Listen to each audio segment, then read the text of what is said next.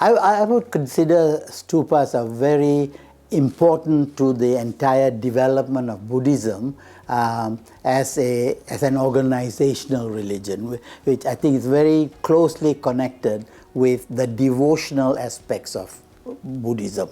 All right, you can go back to the time when Venerable Ananda asked the Buddha, what is it that we can do once the Buddha has passed away, when he is no more. And the Buddha told him that one of the things that he could use, or we could use, to remember the Buddha was to first of all venerate his relics. So that was one. And also the objects that were used by him. Okay? So when the Buddha passed away, the concept of the stupa arose. How did by the way, stupa is a Indian word, whereas pagoda is the most commonly used word. It comes through the English language, actually comes through Portuguese. Yeah? And the Portuguese got it from Sri Lanka. Sri Lanka, the stupa was called a dagaba. Dagaba comes from dhatu gabba. Dhatu means relics. Gabba means womb. So where the womb where the relic of the Buddha is kept, that is the dhatu gabba. But the Portuguese twisted it around and dagaba became pagoda. I think it's a mispronunciation that stuck. Okay, so when the Buddha passed away, one of the first things that happened was, based on the advice of the Buddha himself, the eight families, 8 groups of kings got together and demanded a part of the relic. All right. This was, to cut a long story short, this was divided up into 10 parts, and each king took his portion of the relic of the Buddha and built a stupa to remind us of the living presence of the Buddha. Okay? And later it is said that when Emperor Asoka came along 200 years after this event, he took out all the relics and then distributed them all over India. It is said 84,000 stupas were consecrated on the same day. Okay? We don't have any historical proof of that, but that's the tradition.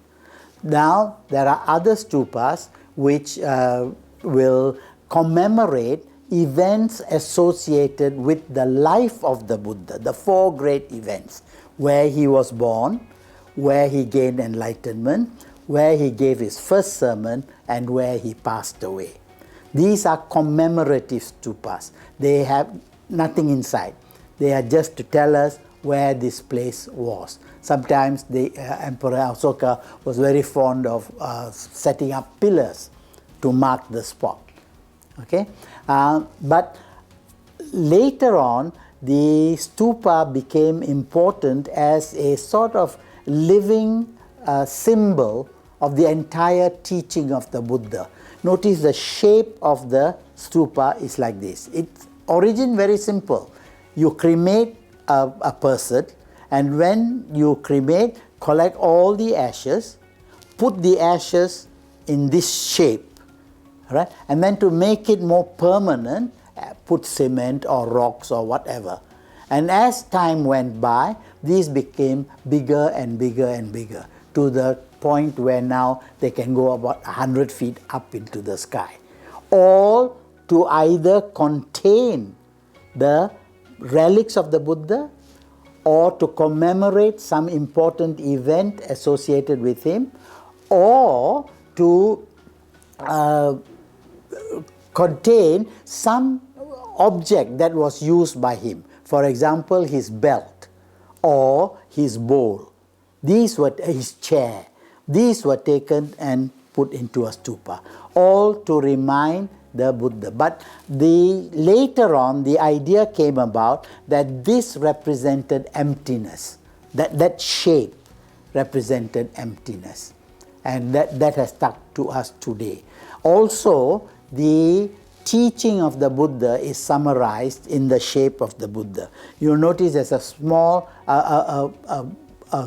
the foundation, the base. Yeah, the base, then that round part, and then the sharp part. The base supports the entire structure. Sila. Sila is the 5 precepts. Sila is virtue, physical self-control. When we look at a stupa, we remember that, the sila part. All right? Then, but that's not the end of Buddhism. It's not just sila. Sila is a starting point. Sila must support our development of samadhi. Samadhi is concentration, bringing all our thoughts to one point. So, sila, samadhi. When you have your thoughts, your mind in focus, when you have samadhi, then you have wisdom. What is wisdom? The entire knowledge of how things really are. What is reality? So the stupa is really a physical manifestation of the Noble Eightfold Path. Sila, Samadhi, Panya. So that is the origin of the stupa. The original Indian shape is like that, like an upturned bowl. But by the time it went to China, because of most likely because of climatic conditions and so on, and the desire to work with wood rather than stone, gave rise to those beautiful Chinese pagodas that we have. But basically, it is to remind us of the Buddha and also to remind us of dukkha, anicca, dukkha, and emptiness, anatta.